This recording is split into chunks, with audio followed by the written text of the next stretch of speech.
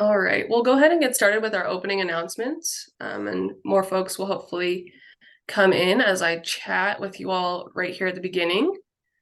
Uh, but to just start off, my name is Teresa. I am your technical facilitator today. So if you have any questions about how to use Zoom or continuing education, I'm the person to ask. You can reach out to me via chat. You can do a personal message, or you can send me an email, which was on your meeting link. So like I said, if you have questions about those things, I'm the person to ask. As a reminder, this meeting is being recorded, and if that is of concern to you, just be aware of that. Right now, you do not have to keep your cameras on, but we do ask that you keep your mics off unless you have a question or you're asked to unmute. There will be a portion later where we will request that you have your camera on because it's more interactive. The next thing I would like to do is to provide the USU land acknowledgement. And that is that as a land grant institution, Utah State University campuses and centers reside and operate on the territories of the 8 tribes of Utah, who have been living, working, and residing on this land from time immemorial. These tribes are the confederated tribes of the Goshute Indians, Navajo Nation, Ute Indian Tribe, Northwestern Band of Shoshone, Paiute Indian Tribe of Utah, San Juan Southern Paiute, Skull Valley Band of Goshute, and White Mesa Band of the Ute Mountain Ute. We acknowledge these lands carry the stories of these nations and their struggles for survival and identity. We recognize elders, past and present, as peoples who have cared for and continue to care for the land. In offering this land acknowledgement, we affirm Indigenous self-governance history, experiences, and resiliency of the Native people who are still living here today. So thank you all for joining us. We are excited to have our presenter, Erica Danielle Lindstrom, today. And before we give her the time, I just want to have you all double check that the name on your Zoom profile matches the name that you would want on your attendance and your continuing education certificate if you are seeking that today. To do that, you hover over your little square and click on the three dots in the top right corner, and you can rename yourself. If you have questions about that or are having difficulty, please send me an email. To receive your continuing education credits, you must stay for the entirety of the session and complete the follow-up survey that will be available at the end of the session, and I will also send it via email. If you do have any questions, like I said, please ask me. And now I will do a quick introduction of Erica. Erica is a doctoral student focusing on social inequality and gender and sexuality. She completed her bachelor's degree at Transylvania University while focusing on sociology and theater, and holds a double master's from Regis University in project management and organizational leadership. Besides explaining to non-Kentucky natives that Transylvania University is a real institution, Erica serves as the LGBT plus and ally coordinator in the Inclusion Center at Utah State. Erica's role is to support our LGBT plus and ally community through advocacy, education, leadership, and community building events. All right, so Erica, you now have the floor, and let me know if you need anything. Excellent. Well, thank you so much, Teresa. And also, I'll go in and share my screen, make sure that is showing for everyone. Are you all able to see that? Double check. Yes. Okay, perfect. Excellent. Well, yes, my name is Erica. My pronouns are she, her, and I'm excited to be here with you all today. And so thank you so much for acknowledging the land and what that looks like. So we'll kind of dive in actually into our material today for LGBT plus 101. So I just have 3 ground rules. The first one is ask any and all questions today. And so with any kind of training, anything that you go into, what you put into it is what you're going to get out of it. Right now, if your mindset is coming into this training is this person is keeping me from my lunch, or I'm tired on a Friday afternoon, or any of those kind of thoughts, that's what you're going to find today in today's training. If, however, you're like, I've always had this one question that I've been kind of curious about how to support my clients, or what does it mean like for this, but I'm not sure, ask it. The biggest thing is we're here for you in this space for this afternoon of whatever questions there are. And so the next rule that I have for us for our guiding is to believe the best in others. And what that means is my lens of reference is that any questions that are asked today in this space, you're asking to ask clarification or how to provide support or just finding understanding of what a new concept is, or it might be a refresher for you.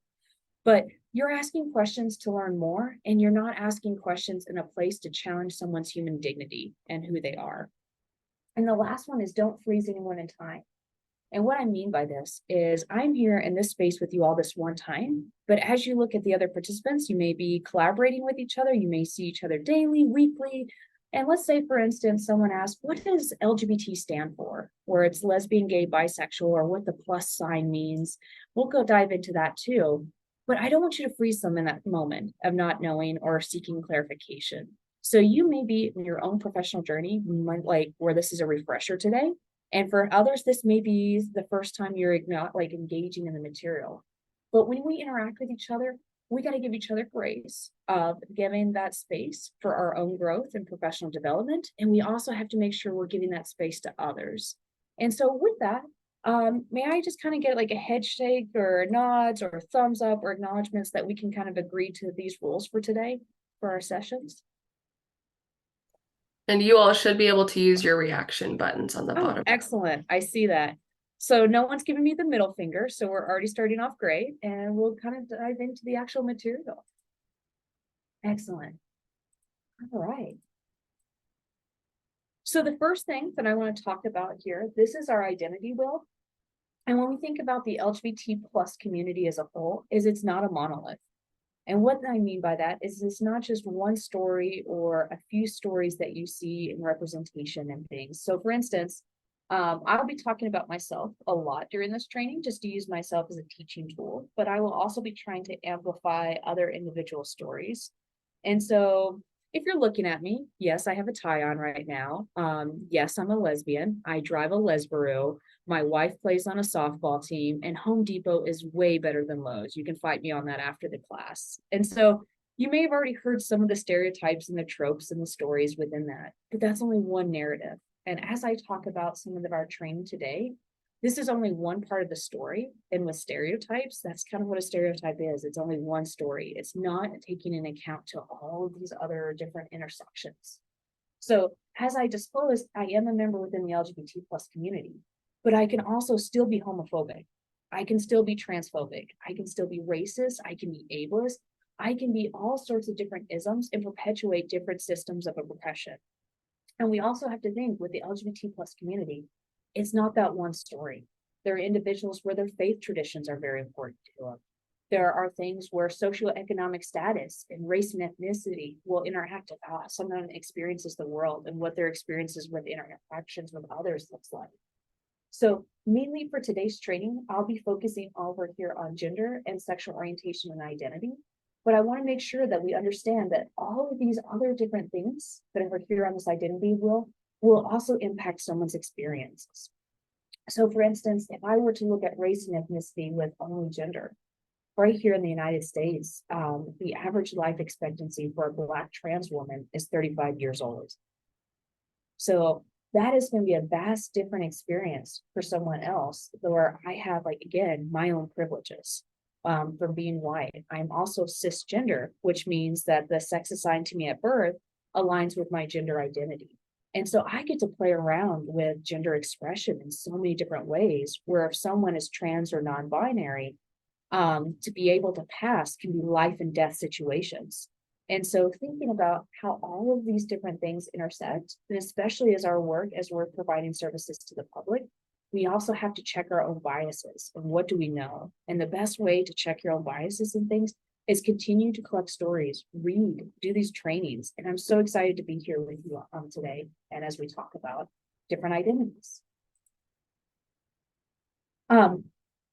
So as I said before we dive in further, at any time, if you have questions, please feel free. You can unmute yourself. You can also put your comments in the question box.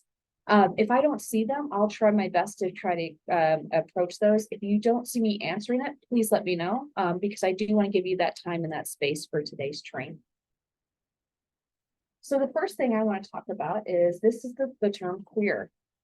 So for many individuals that are older LGBT plus, queer is not an empowering word. It has been used as a slur. It has been weaponized. It has been used in derogatory context. And so some individuals do not like the word queer. It wasn't until the 1990s that queer has been reclaimed within the community. And younger LGBT plus individuals may find this word empowering to describe who they are. And so one of the things we have to think about is we have to unlearn how we put things in boxes. So a lot of times you'll see on government forms and different things as well is that you'll say, are you lesbian? Are you gay, bisexual? Well, sexualities and genders are not boxes. There's a wide spectrum and range of experiences, and there's not necessarily a concrete term to describe someone's experience. Where the word queer and why it's being reclaimed, why many individuals utilize this word, is queer encompasses that whole range and spectrum of experiences for others. And so some people, because there's a term, will find that empowering because they can start connecting with others under this. And again, we just have to be very careful how we utilize that term and listen to how others are using it. If someone is referring to their sexuality or their gender in a particular way, re-emphasize that vernacular of what they're utilizing. So one of the things also to look at with this umbrella is you'll see a handle that separates sexualities from genders. And because sexualities, this is not just the only one. So if someone being lesbian, gay, bisexual, they can be asexual, demisexual. There's many different sexualities out there. And the same thing over here is genders. There can be transgender, non-binary, gender fluid, agender. There's many genders out there, but genders is not the same as attractions with sexualities. So someone that's trans can be straight, they can be bisexual, they can be asexual, there can be all the different sexualities in there. And so we have to realize within this particular community, there's some separation of what that can look like. So just to kind of gauge what you all know, what's the difference between sexual orientation, sex, and gender? A lot of times in our society, we interchange some of these terms.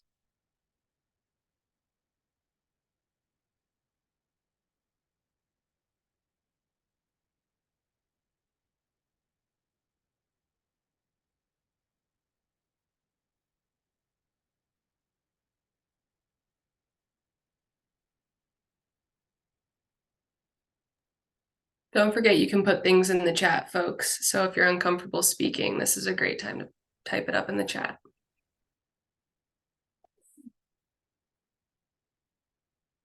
Well, as you're thinking about it, we'll dive in. Here's a very scientific way just to kind of start off and break down some of those interchangeability of terms.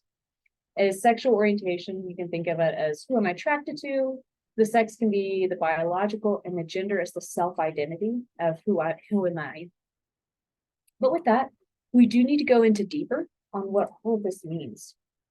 So I want us to start talking about some of the vocabulary and the vernacular and terminology with that. But before we start diving into these terms, the big thing with working with individuals or any kind of community or any marginalized voice is you have to ask yourself, where did the term come from? Did the term come from someone within that community to describe their experiences? Do they find it empowering or connecting or uplifting? Or did the term come from someone outside of the community that does not have that shared experience of whatever that identity looks like? And they're an observer and they're trying to create terms to describe what they see. It may not necessarily be that the term is derogatory and they may be thinking that it's empowering, but it was not created from that community for the community. And so some of these terms that we see as our language is continuously moving to evolve, you may see of terms in different textbooks or just different like journals and research things that may have been accurate at one time, but may be outdated and antiquated in today's time. So we always have to think about what that can look like. So the first one I want to talk about is sex assigned at birth. And so this is a medically assigned identity based on physical packaging, chromosomes, hormones, and genitalia. So someone can be assigned male, female, or intersex at birth. The reason why we don't say someone was born male, born female, born intersex is born implies that there's a choice behind it, and it's not accurately describing what's occurring. The sex assigned at birth is because medical providers have created certain criteria of how they assign someone what sex that they're going to be.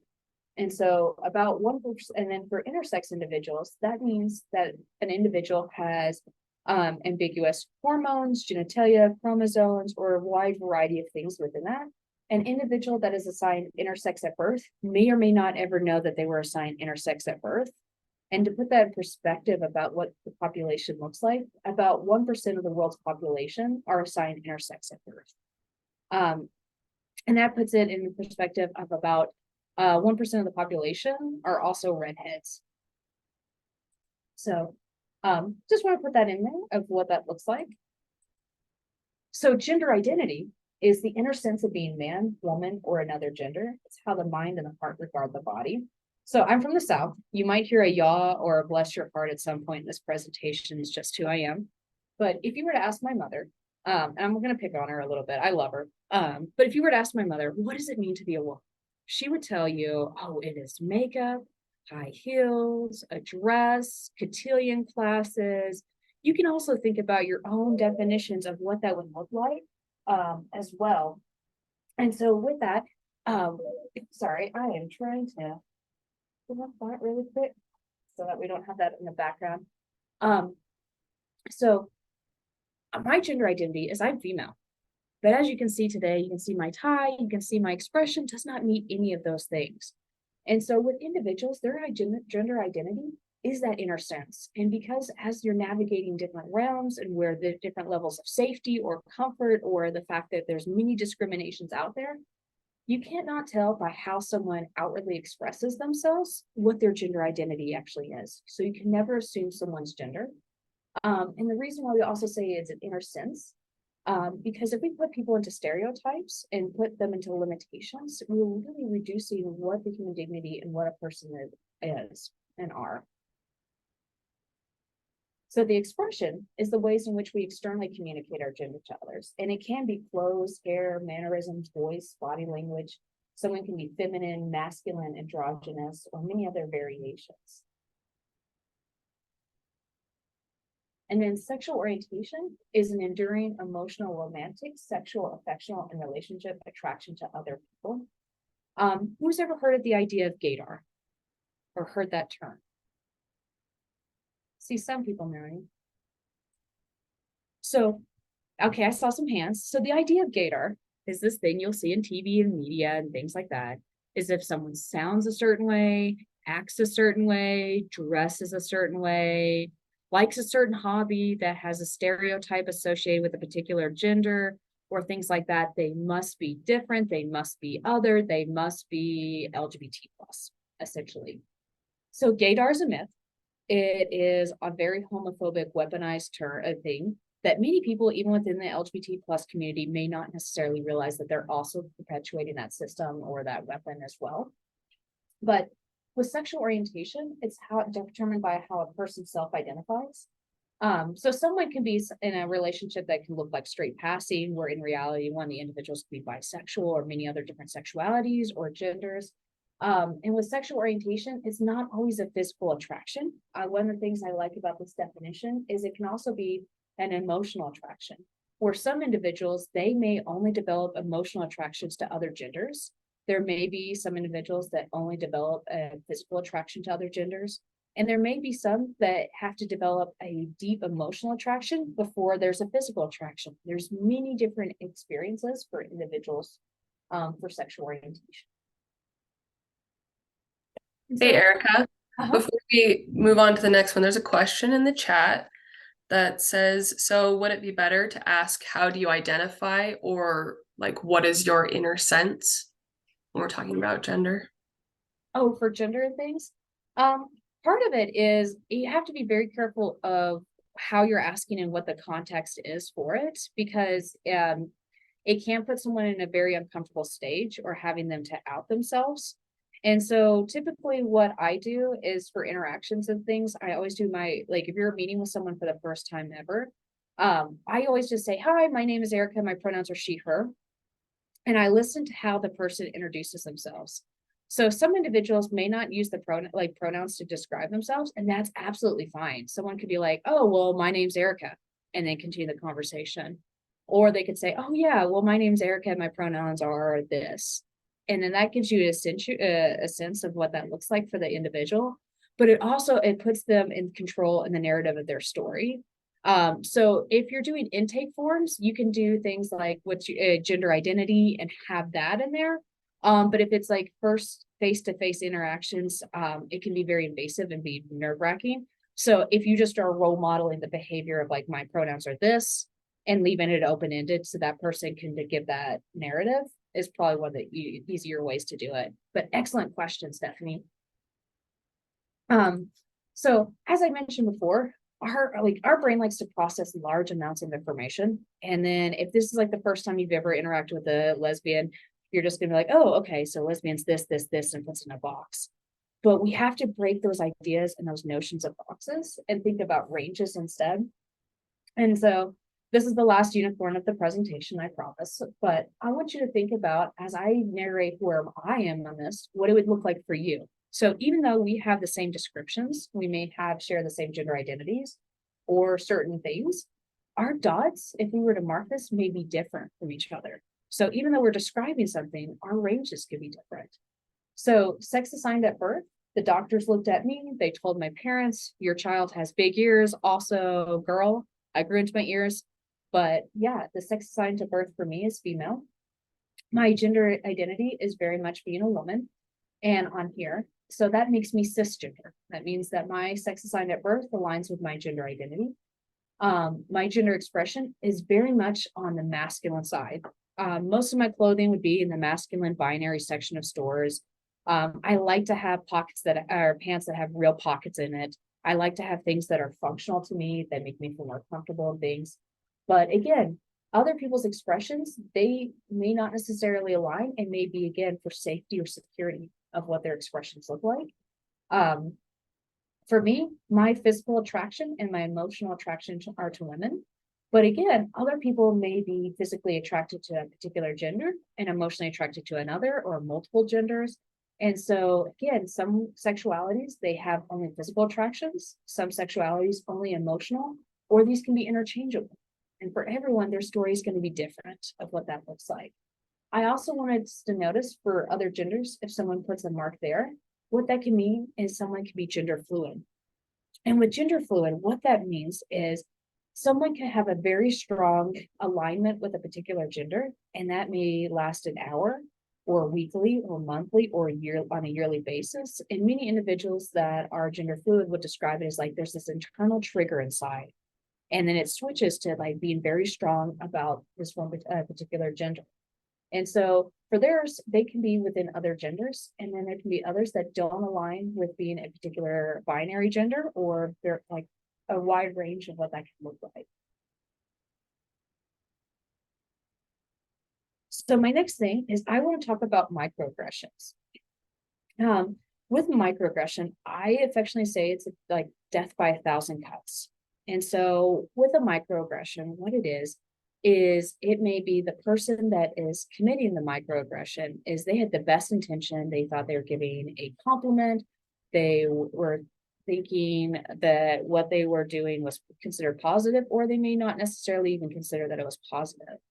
But a microaggression is basically, it's a slight at another individual. And if we think about that identity wheel, microaggressions can be racist, they can be ableist, they can be, and like within the LGBT community, it's always a slight. To give examples, you can say like, oh, Erica, you're so smart for a girl. See, it's like that, where that extra shoe drops. And so for people that are receiving microaggressions, they may, or like the person actually committing the microaggression, that might have been their first one that day, that week, that month, that year, or years. And so for them, it's like, oh, I did not realize. But for the person receiving the microaggression, that might have been their 20th one that morning. And so when we have to think about, oh, what's the big deal? I just said, insert whatever that statement is, you have to think about in context. It might have been the first one that you've committed, but for the person receiving it, again, it just continues the story of like, where is belongingness? What does connectedness look like? For someone receiving the microaggression, they automatically put them on defense of, okay, you're not a safe person to talk to. And so we have to be very conscious of what we're saying, even though our intention may be the most positive. What is the impact for the person receiving it? So what you see on this slide is there's many different terms out there. And I want to talk about some of those as well.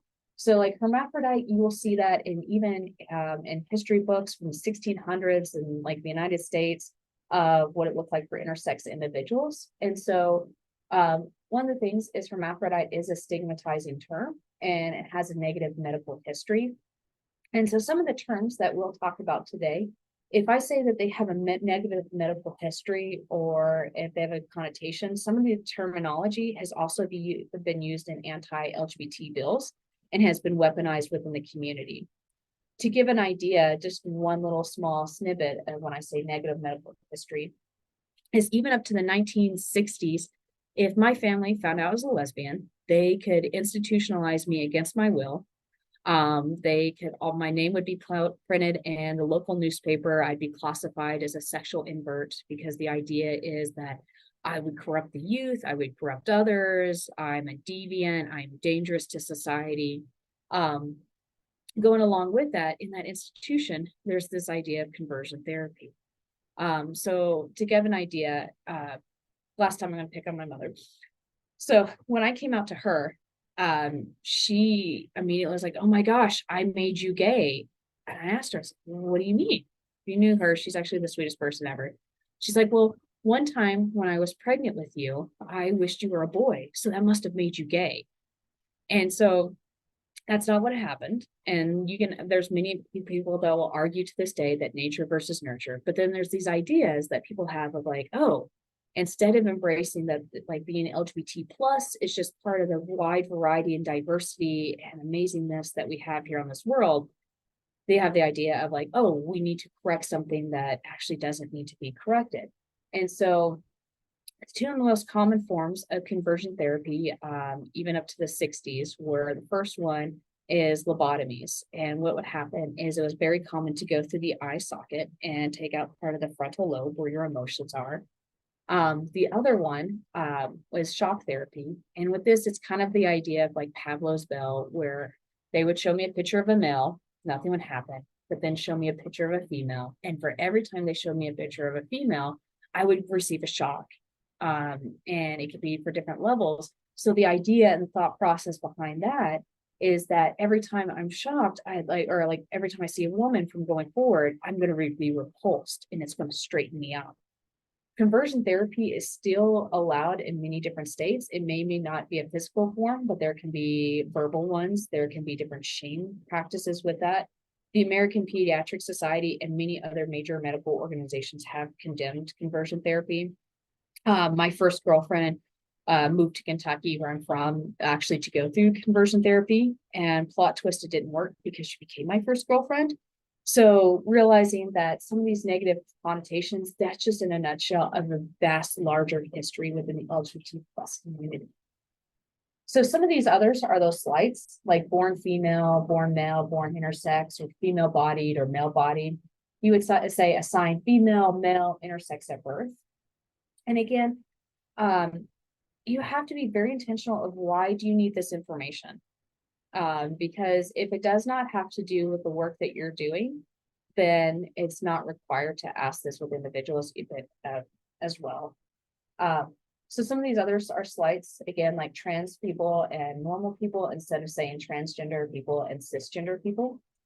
Others, again, thinking of that binary when there's not a binary of both genders, opposite sexes, ladies and gentlemen, mailmen, firemen, policemen. Instead, you can say all genders, or again, being from the South, y'all. I think that's the one point we got going for us. But we also have honored guests, everyone, thinking about how we're associating genders with occupations. Instead of saying mailman, you could say mail clerk, firefighter. I do want to talk about this it statement. This is an older slide. There are some individuals that are utilizing it. What it's referring to on this slide is many times when people came out as trans or non-binary or another gender, instead of referring to them by their name and pronouns, they would say it. to not really to distinguish that they're not even a person, they're below a person now. And so they were referring to those people as it for that reason. So if you do not know someone's pronouns, the best use is to do they. They is neutral, and then someone can correct you. And again, it's just a good inclusive word. Other misused words are lifestyle, choice, or same-sex attractions. They are very loaded, and again, like lifestyles and choice have been very much weaponized, and same-sex attraction has also been utilized in many anti-LGBT bills as well. So if you're instead, the best word to utilize if you're trying to talk about sexualities or things like that is sexual orientation within this. Are there any questions that are coming up? I know that we just went through a lot of terms really fast.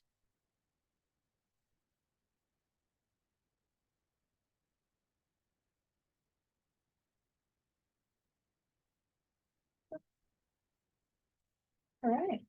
Well, we'll dive in further, and if there's anything that comes up, please let me know. So with this one, I've been doing a lot of talking, and I want to get to know you all better. So I have a contest for you, a challenge. And so we're going to be doing a breakout session with this. But the last group that I've actually presented and trained with, the highest number was 34.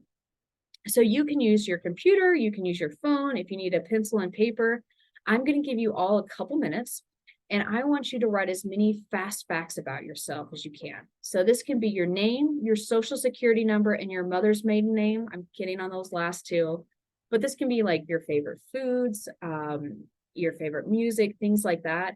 If you're like me, sometimes I get that test anxiety and I just blank. So I'll be giving you different prompts to kind of help get the creative juices flowing.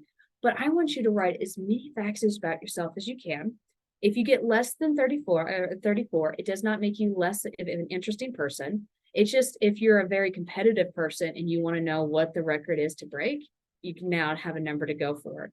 So you may all start with that. Don't put those in the chat. Just write them on your paper, and we're going to count them up and that stuff too, as well. And so things can be like your favorite color. Do you have a significant other? Do you have any pets? What are their names? Where's home for you? What is your favorite band? Your book? Do you have any hobbies? Does pineapple belong on pizza? There's kind of really only a right answer to that. Just kidding. If you had a superpower, what would it be? Do you have a nickname? Do you have a faith tradition or code of ethics that you follow? Who inspires you? So just keep thinking about different things like that. I'm going to give you all a couple more minutes to do as many as you possibly can.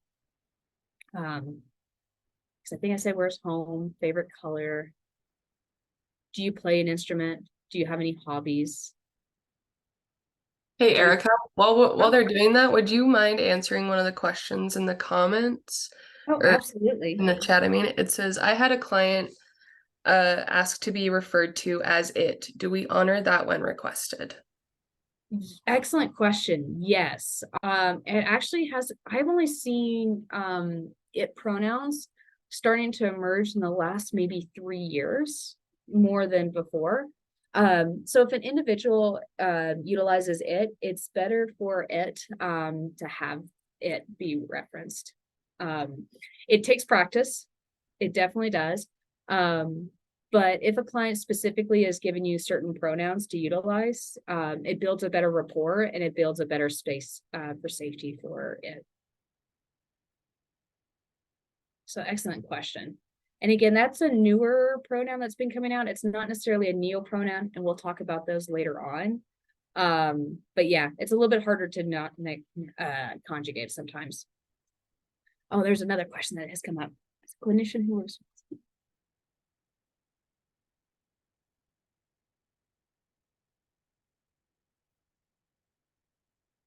okay. In those cases, thank you, Blaine, for asking that. If in those cases, when you're working with clients, if that's what makes them feel comfortable to utilize, let them utilize that like phrasing and things. but also realizing that that is for many other individuals a very painful way to describe their experiences, and it can be re-traumatizing in themselves. So if that is what the individual feels comfortable in that space and that time when you're working with them one-on-one, you may do so, but realizing, make sure that it's not something that's a very easy to describe for other individuals, because I have many people that I work with where as soon as they hear that, they're immediately going to shut you off and they are no longer going to perceive as being safe. So it has a very loaded, stigmatized word with it. So again, if you're working with individuals and that's what they're feeling like, give them that space to process. We're not here to do value-based judgment with that, but realizing that it does have a bigger connotation. Excellent questions.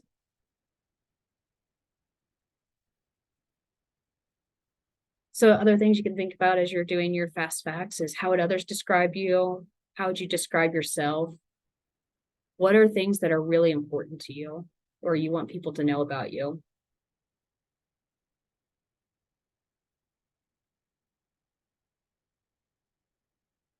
Do you have any food allergies? That might be for someone who's like, yes, I'm in it to win it. I have 40. That's 40 facts.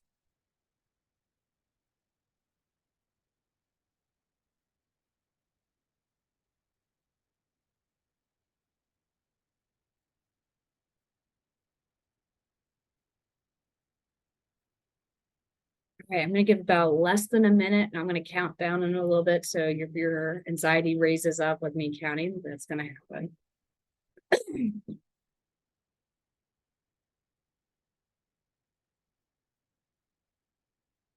Okay. So one more chat question. Oh, yeah.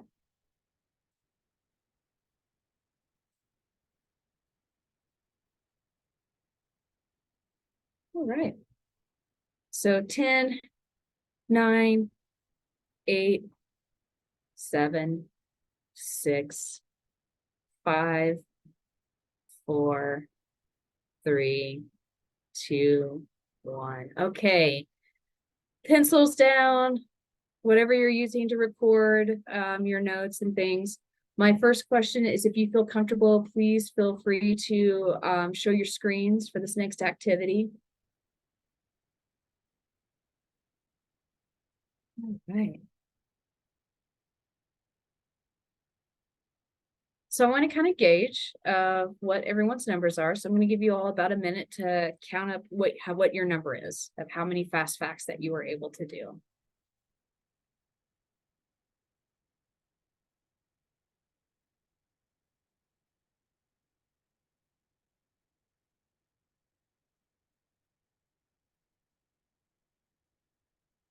All right. If you have 5 or more, raise your hand. Yay. Okay. If you have 10 or more, raise your hand. 15 or more, raise your hand. 20 or more, raise your hand. 25 or more. Okay. 30 or more. 35 or more. 40 or more. Ooh. 45 or more, raise your hand. Okay. 50 or more. Okay. 55 or more. 60 or more. 65 or more. Okay. I still have to see 2 hands for 65 or more. All right. Oh, I have another one. Sorry, I didn't see on the other screen. 70 or more. Okay. Blaine, what was your number? Or I was saying Norman as well. If you two, do you both mind sharing me with your number? What was your highest number?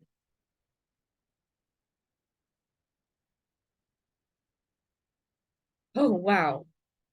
Norman has 82. All right.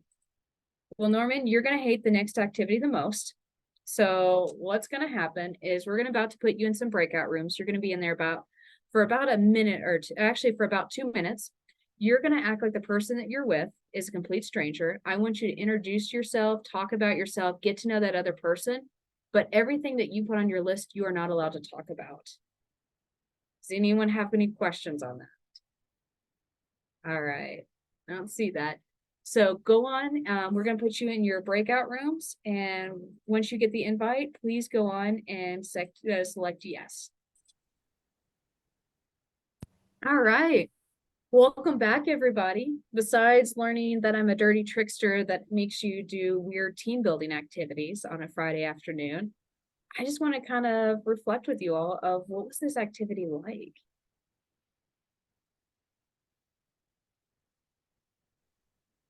It was I'll share something. Oh, go ahead.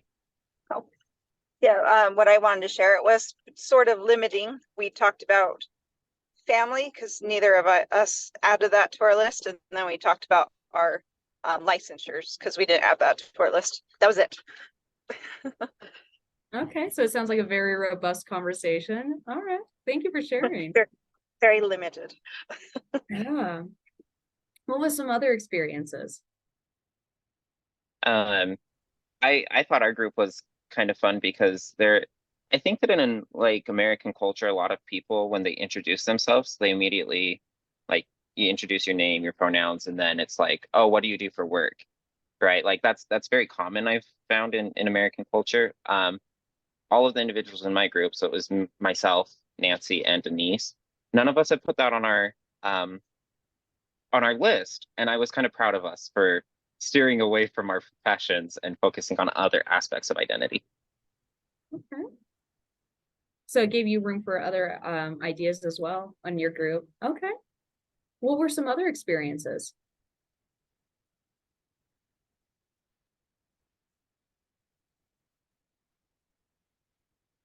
One of the comments in the chat says, it was from Norman, when you write down 82 things, it's difficult and limiting for sure. Had to find ways to talk around topics without being direct. Oh, wow. Yeah. Was there anything that someone mentioned, but it was on your list and you wanted to talk about it, but you couldn't? Did you experience any of those? So I want you to pretend that you issued me this magical wand, and for the rest of today, you cannot talk about things on your list. I want you to look at that list. Some of those things may be like really, okay, I can go all day without talking about this, but there might be something that's really important to you on that list. Now I want you to think about the rest of this week, the rest of this month, you can't talk about those. Or actually, I want you to think that I assigned you each a specific time frame of when you're allowed to start talking about those things again. So for some of you, it might be a year from now, it might be 10 years from now, or plot twist, it never is something you're allowed to ever talk about on that list.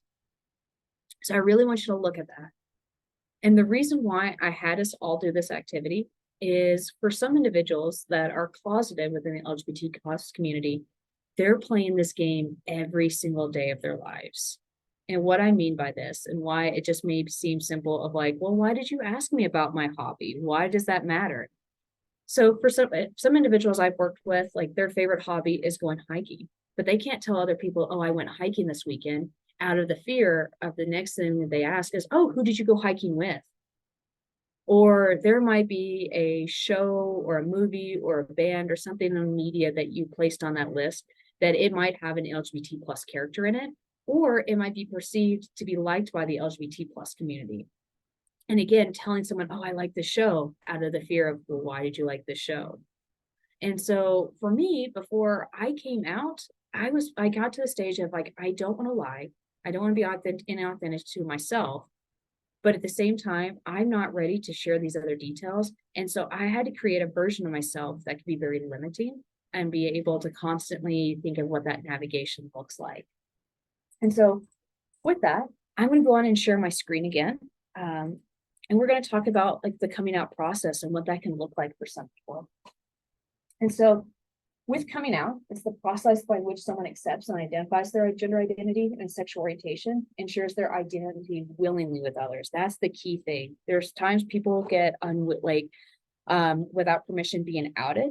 And also with coming out process, it's not a one and done. For people, they're continuously coming out, whether they're trans or another gender minority or their sexualities. And so with the coming out process, people are looking for indicators of who's safe. And you can have like rainbows, you can have all sorts of stuff in your office, but if you're stating homophobic things, if you're dead naming someone, what that means, you're utilizing someone's legal name instead of the name they gave you. If you're asking like certain questions that are just not appropriate for them, that makes someone know that, okay, this is not a person I can come out to or I can talk to. And sometimes it may not necessarily make sense of who someone selects of who they come out to. So for instance, for me, my best friend was the last person I ever came out to. And the reason why is I was so afraid that it would change our dynamic. It wasn't necessarily they've ever said anything homophobic. I had such a strong fear that I was going to lose them in my life. And so I had to build up supports and be able to be like, am I okay to mourn the loss of this person if they don't accept who I am? So for my wife, the first family member that she ever came out to was her aunt. And the reason why is one time on the radio, there was the Katy Perry song, I Kissed a Girl and Liked It was playing. And her aunt just started jamming to it and singing to it. And my wife was like, oh my gosh, she's an ally. She must be. And so when she came out to her, she's like, oh, the aunt was shocked because she told her, I just really like Katy Perry, but thanks for coming out to me. And so again, people are going to look for things that can be safe of who to talk to and what that looks like. Some of the big things is if someone comes out to you, saying, oh, I always knew, or like my siblings, they were like, oh, we had bets on you for years, or assuming why they came out to you or anything else. Some of the big things is if someone comes out is knowing that this is a huge sign of trust. And the big thing is for them, it's like, okay, how can I support you? What does support look like? For some people, it might just simply be I don't have to play that game anymore, like that list. I can just talk to you openly and in this space, in this place. You'll have individuals that, again, if they're like, okay, I'm trans, you can say, okay, some of the questions you can ask is like, may I use this name and pronouns in this space? May I use it outside of this? Or is it only during these interactions in this space? I co-facilitate a support group here on campus. And in my role, there are some individuals that how we have it is their name and pronouns are vastly different than when they're in my office behind closed doors. And we navigate and have that conversation what that looks like. So that way, if I'm referencing them with a different name and pronouns, they are safe and they know I'm not invalidating their existence. I'm honoring what their wishes are as they're navigating many other pressures. But they know when they're one-on-one with me, it's going to be a different name and different pronouns. And so really respecting that and what that can look like. So why is this all important to talk about? Highly rejected LGBT plus young people are more than 8 times as likely to attempt suicide, nearly 6 times as likely to report high levels of depression, more than 3 times as likely to use illegal drugs, more than 3 times as likely to be at high risk for HIV and sexually transmitted diseases.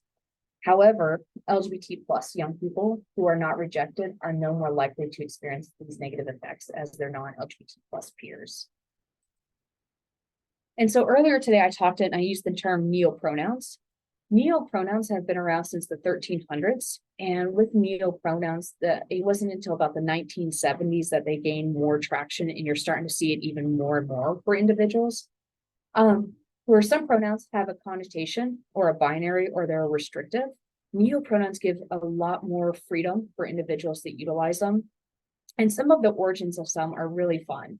So some neopronouns actually came out from science fiction. There was an author that wrote this book about this alien planet and how they experienced gender and what did gender look like for them. And this author also created pronouns to coincide with this alien race.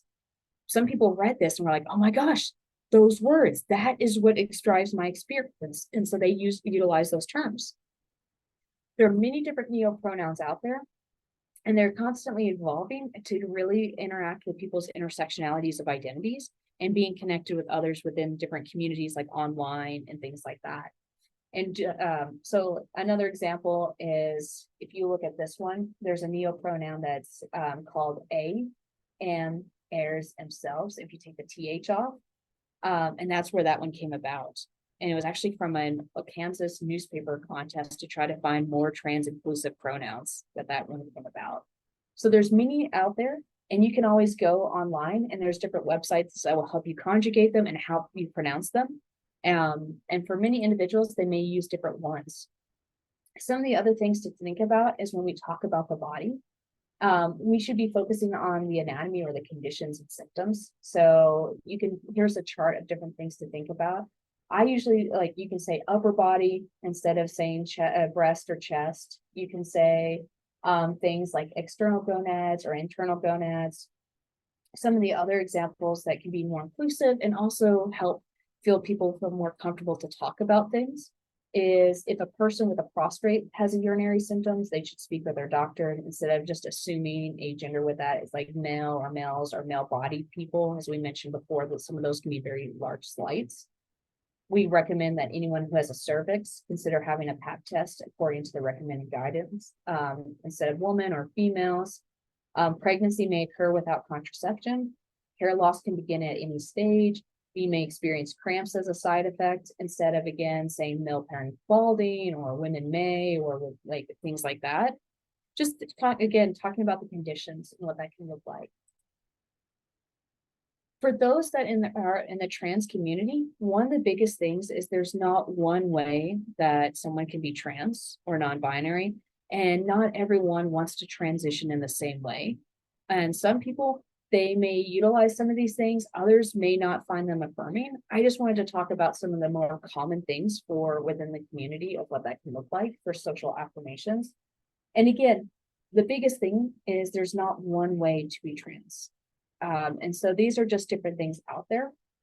So some people that are transitioning, they can be doing things like clothing, they can have binders, they can do prosthetics, there's hairs. So like this photo right here, this is a binder.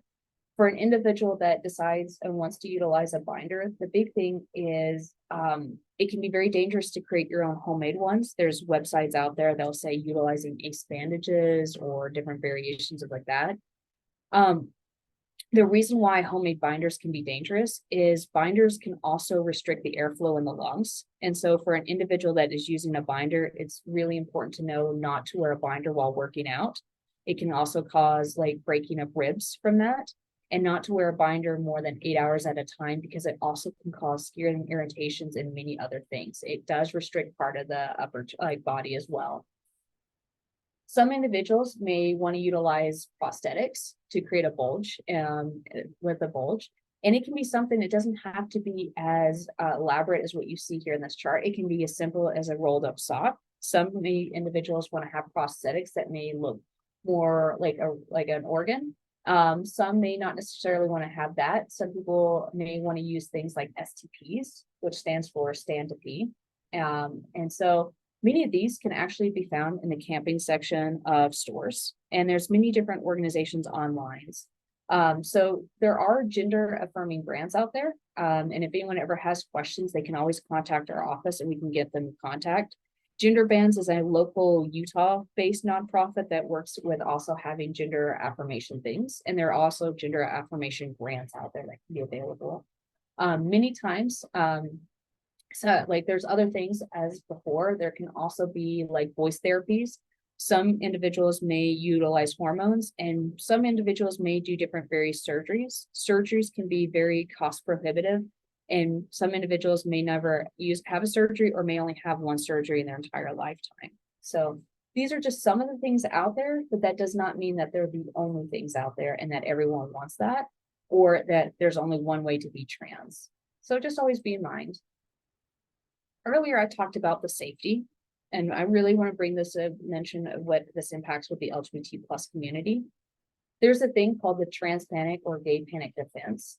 And what this means is there's some states in Florida about 2 months ago, this happened where an individual, the perpetrator killed someone within the trans community. And what they did in the court of law is they said they were trans. I was afraid that was going to make me gay. I didn't realize they were trans or insert this. So because of that, I wasn't thinking logically. So I killed them. And they can actually receive a reduced sentence for sentencing versus any other kind of murders. In Florida, about 2 months ago, an individual utilized this defense and they were acquitted of all charges. And so there are many states that allow this. And so it can be a very large thing about safety.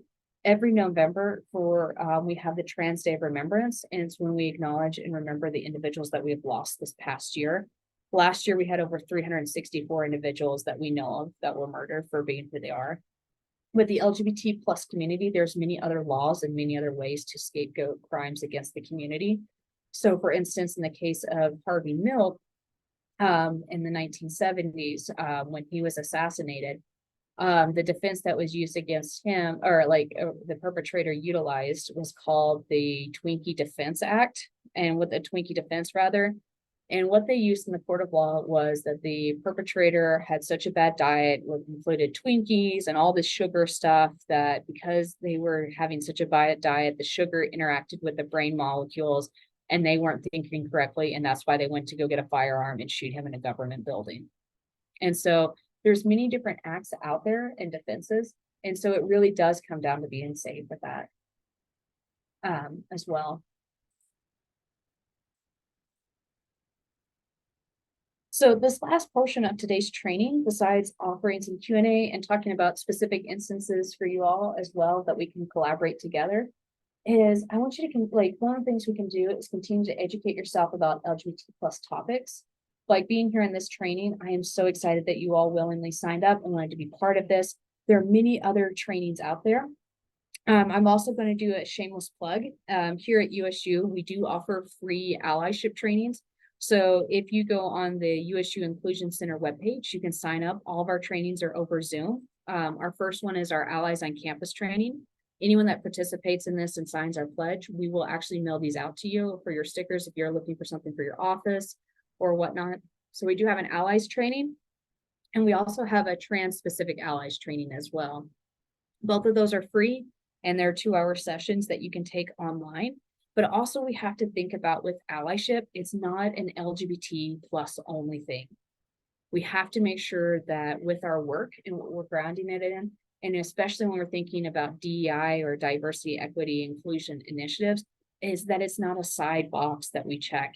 It is the groundwork of everything else that we do when we serve other populations. And realizing that with allyship, we need to make sure that we're taking our anti-racist trainings. We're doing our Undocu Ally. There's so many different components, because as I mentioned before, the LGBT plus community is not a monolith. And so we need to make sure that there's these different assumptions that we're challenging, or the idea that, oh, if someone looks like this, they can't be this as well. And so realizing what that can look like. And there's many great trainings out there. Others are, don't assume everyone is heterosexual or cisgender. So utilizing gender neutral language, making sure that you're not dead naming someone, because again, that's just another slide that some individuals have to navigate continuously. Avoiding homophobic or transphobic remarks, jokes, and statements. One of the things I always like to do is always introduce yourself with your pronouns. One of the things too, I have to talk about my positionality of being cisgender. There are many individuals that say, oh, you need to always ask for everyone's pronouns. So as we mentioned before, some people are not necessarily ready to come out. And there's a couple different arguments within the trans and non-binary community. The bigger thing is you are providing space for people to identify in their own way, in their own time, and not making immediate assumptions about who they are. Some of the other resources that we offer here in our office is, I'm going to show you really quick so you can see it on my screen a little better, hopefully. These are called gender cards, or we also have the cue cards. And these are phenomenal to have with you in your office or anywhere that people can grab. And what they do is it can actually have, so someone, a lot of times the mental capacity of having to educate someone before they can even start having the conversation is problematic. So with these gender cards, the person can put their name, their pronouns, they can list out everything that's applicable. There's one for health providers. I also have ones for mental health providers, and it just talks about these are the things that I would like to talk to you about. Here's this. And so they can fill this out before their session or meetings and then hand that to you, or you can provide that to them. So that way, if they're in a place where verbally saying or acknowledging some of these things are not going to be the best interest for them, they can have this just to hand to you. These fit, and you can get a bunch of these. If anyone's ever interested in where I got them, let me know. I can give you some links and stuff about that. But that's another way that we have this. If you're ever working in workshops or something, you have a participant list. Some things you can also do is have people sign in what their name or their pronouns instead of saying it verbally. Because I work here at USU and sometimes with my classes or something they have to do out loud. And for some individuals, that is the most stress-inducing thing because they feel like they have to out themselves in a group. And so just thinking about what is the context in the situation, because the bigger thing is providing those spaces where people get to share their story and their identity in the way that they are without assumptions that someone is straight or cis or anything like that. So some of the other things that I look at, and again, being very intentional of why you're doing this to make sure that you're not virtue signaling in the sense of like, oh, I'm doing this, so now I'm great, instead of continuing to keep doing the work but including your pronouns and emails, your Zoom and other materials, introducing yourself with your pronouns, providing a commitment to creating safe spaces during interactions and physical spaces. So if you're in places where you're hearing other people, if you're doing group work or things like that, where they're saying homophobic or transphobic things, lovingly challenging that and making sure that you have set boundaries of what that looks like. So other people that are hearing things, they're not internalizing that. You can make sure that if you're doing trainings or anything else that you're utilizing LGBT plus representation. You're challenging biases in research, intersectionality of identities. Again, not just showing that there's one type of narrative of who's LGBT plus. And then avoiding, or like another thing is develop program policies that recognize the needs of LGBT clients. So for instance, on your intake paperwork, does it say on there, are you lesbian, gay, bisexual, transgender? Because again, that's even a problematic question because someone that's trans can also be lesbian. Someone can be all these things. So thinking about how are you wording questions? If there's things for billing purposes of being like, okay, here's legal name, what's your name? And then having what you need on the intake paperwork, but also acknowledging the different identities of what that can look like. So, yes. So with that, those are some of the different things. Another one, if you're looking for some best practices, the American Psychological Association also has resources promoting good practices specific for LGBT plus communities. I'll be also sharing some of these slides, but I just wanted to make sure you have the link as well. But this is another really great one that has a checklist. If you're ever wanting to do consultations or things, there's other ones out there like the Human Rights Campaign has some things. Or if you also ever want to collaborate here with the Inclusion Center, we can also talk about some of the things of what that can look like. And so with that, I want to leave the rest of this time and for our session to ask any and all questions or anything that's coming up, or if there's anything specific within your area and your realm that we can collaborate or talk more about. But I just wanted to say thank you all so much for your time today and being here for this training session.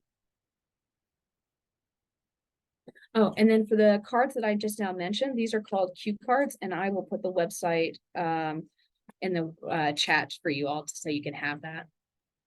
Yeah, and these links will also be sent in our follow-up email. So if you don't get them right now, you'll get them in that email. But that's where you can order these cards from. We also provide them in our office as well. Some of the other things that I've seen that have been really great is what does the lobby look like? Do you have a commitment to diversity? Do you have symbology? Do you have things for different marginalized communities? What are they seeing when they come into your own space?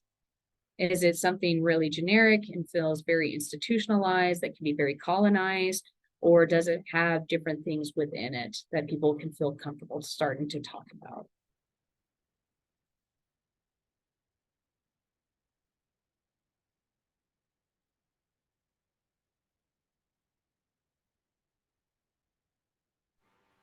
I have a question about the the name. So I work within the school district, and it's really hard because we are not allowed to use the new name without parental consent.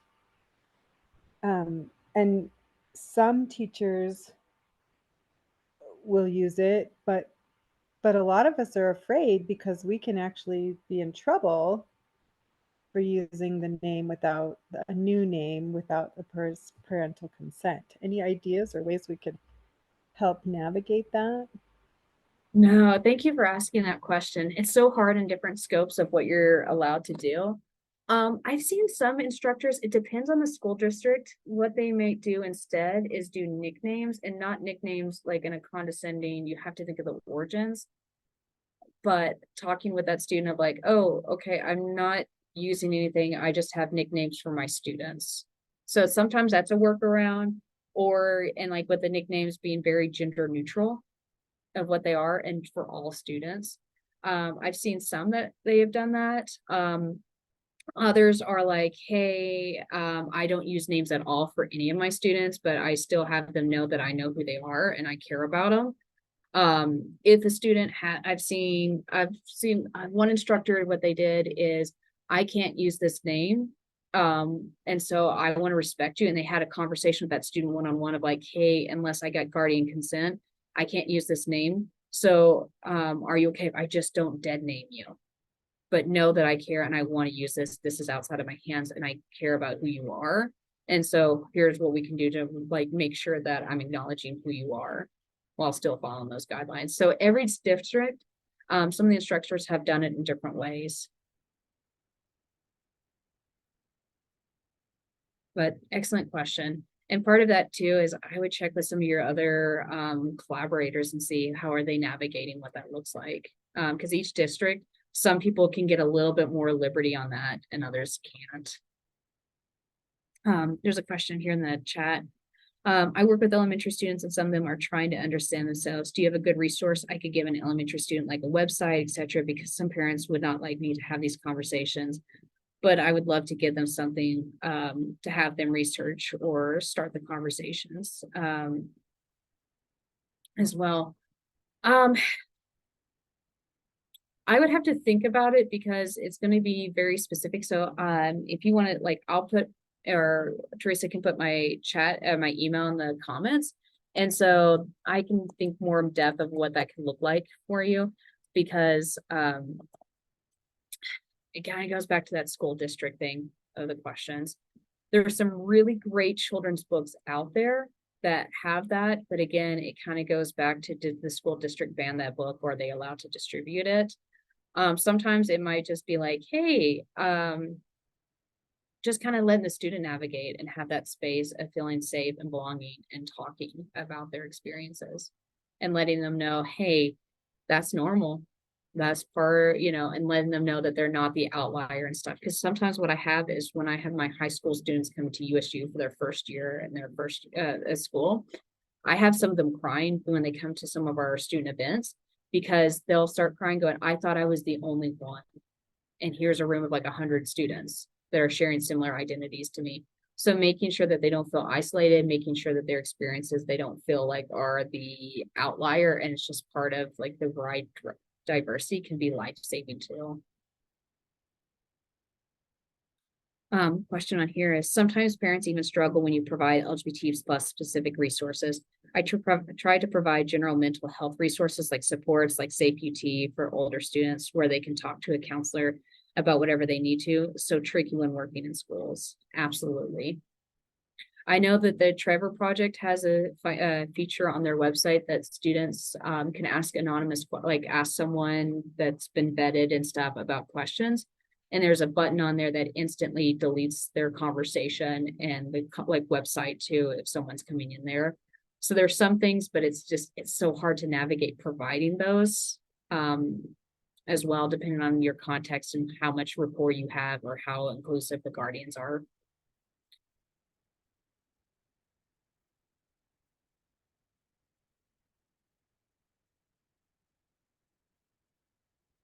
There are other questions that are coming in.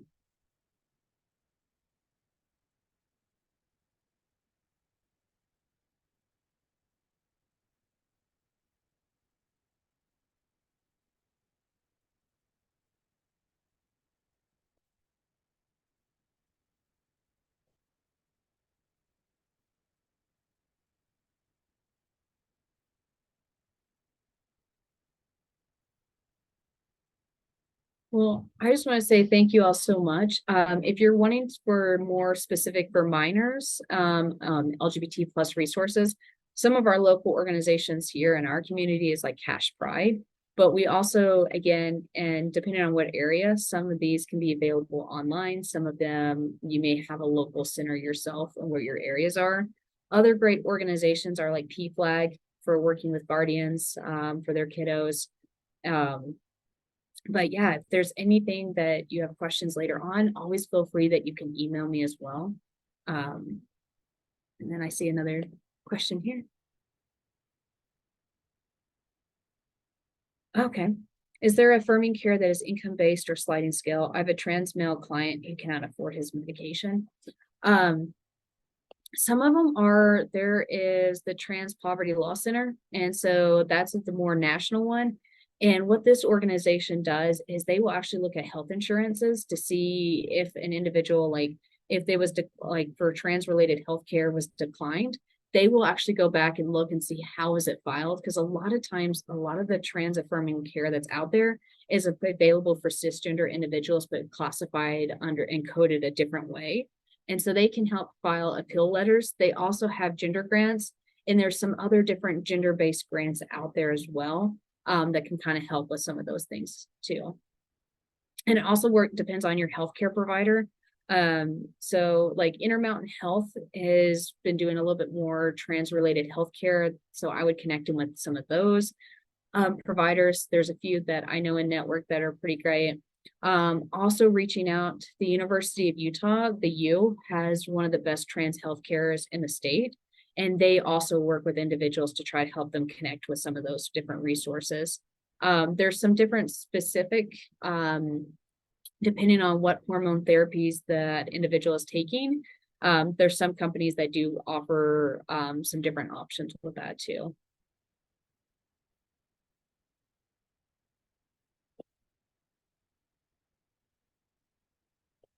But I would always recommend for anyone, look at gender-based grants. That's sometimes a pretty easy one. Let's see, Equality Utah provides different resources there, is another really amazing nonprofit group. And then Project Rainbow, you may have heard of this organization. They will have rainbow flags that people can sponsor to have in their yard for Pride or Trans Day Remembrance and things like that. And the proceeds for that will also go to community initiatives and helping community members.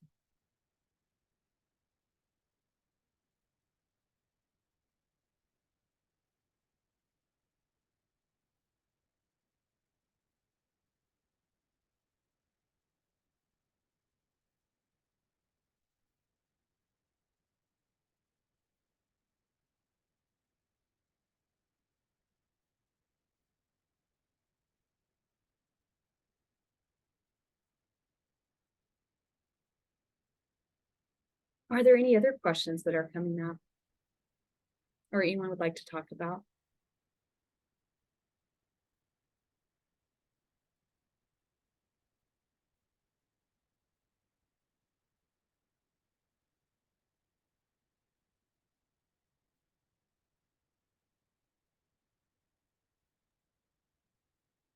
This isn't necessarily a question, but a resource that I want to throw out there.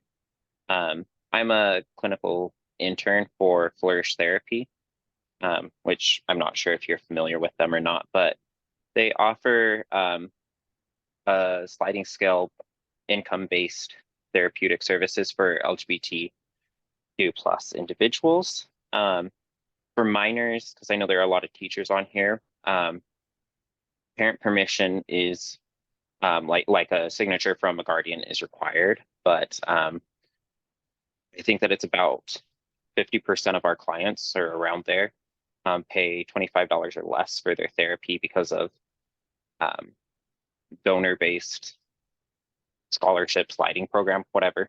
So they haven't ever had to turn any clients away based on income or insurance. They'll work with any insurance providers that they can. So that's another resource that I just wanted to throw out there. They do have in-person offices in Orem and in South Jordan, which I know that many of you are in Cache Valley.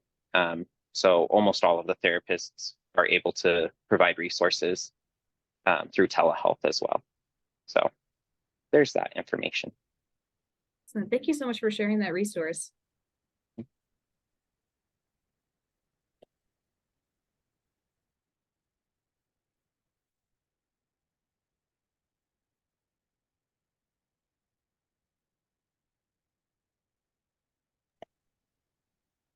Well, Erica, if you don't mind, I will take over and close out this session. But if anybody does have questions that maybe they're nervous to ask in front of others, once folks have left, you can stay around and ask Erica your question.